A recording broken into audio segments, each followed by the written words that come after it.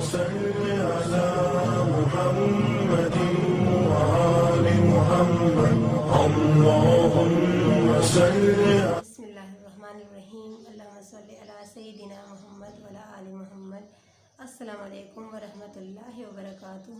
میں ہوں فاطمہ زہرا خان سرکانی اور آج ہم باوضو ہونے کے فضائل بیان کرتے ہیں۔ نبی کریم صلی اللہ علیہ وسلم کا ارشاد ہے، جب تم اپنے بستر پر سونے کے لیے آؤ تو نماز جیسا وضو کرو اور پھر اپنے دائیں پہلو پر لیٹو، یہاں تک کہ جنابت کی حالت میں بھی اگر سونے سے پہلے غسل کی ہمت نہ ہو تو کم از کم وضو تو ضرور کر لینا چاہیے، کیونکہ جنابت کی حالت میں کم از کم باوضو سونے کی تاکید زیادہ ہے۔ چنانچہ حدیث میں ہے، نبی کریم صلی اللہ علیہ وسلم نے ارشاد فرمایا، مجھے یہ پسند نہیں کہ کوئی شخص جنابت کی حالت میں اچھی طرح وضو کیے بغیر سو جائے، اور مجھے اندیشہ ہے کہ اگر اس کی حالت میں وفات ہو گئی تو حضرت جبریل علیہ السلام اس کے پاس حاضر نہیں ہوں گے۔ اسی طرح حضرت ابو درداء رضی اللہ تعالیٰ عنہ فرماتے ہیں، جب انسان سوتا ہے تو اس کی روح آسمان پر عرش کے پاس جاتی ہے، پس اگر وہ باوضو ہوتا ہے تو اسے سجدہ کرنے کی اجازت دی جاتی ہے، اور اگر وہ جنابت کی حالت میں ہو تو اسے سجدہ کرنے کی اجازت نہیں دی جاتی۔ جنابت کی حالت میں وضو کرنے سے اگرچہ مکمل پاکی حاصل نہیں ہوتی، لیکن پھر بھی یہ عمل فائدے سے خالی نہیں ہے،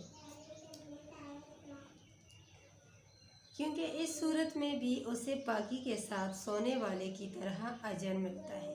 اچھا، باوضو سونے کی فضائل بیان کرتے ہیں۔ باوضو سونا ایک نہایت قیمتی اور افضل عمل ہے، جس کے احادیث طیبہ کثرت فضائل ذکر کیے گئے ہیں۔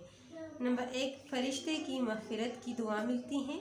حدیث کے مطابق باوضو کی حالت میں رات گزارنے والا جب بیدار ہوتا ہے تو ساری رات اس کے ساتھ رہنے والا فرشتہ کہتا، اے اللہ، اپنے فلاں بندے کی مغفرت فرما دے، اس لیے کہ اس نے وضو کی حالت میں رات گزاری۔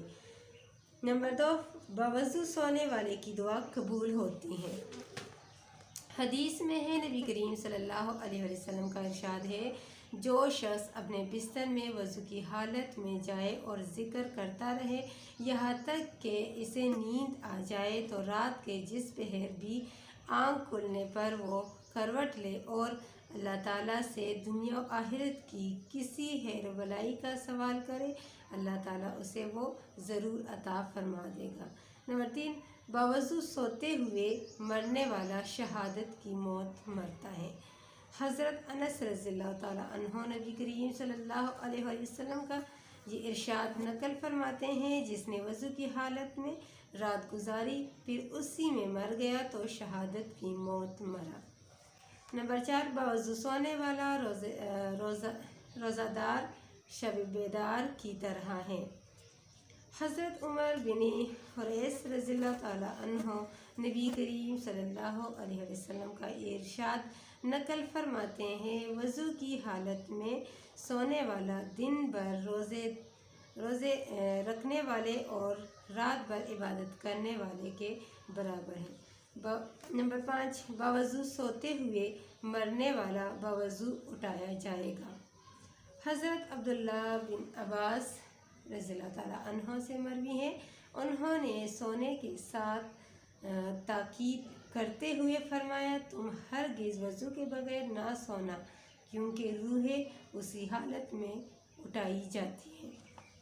نمبر 6، خواب کا سچا ہونا اور شیاطین سے حفاظت۔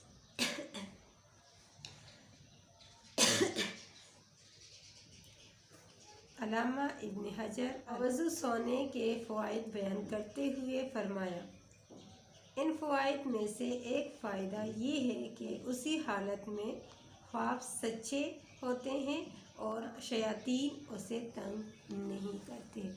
تو یہ تھی ہماری باوضو سونے کے فضائل۔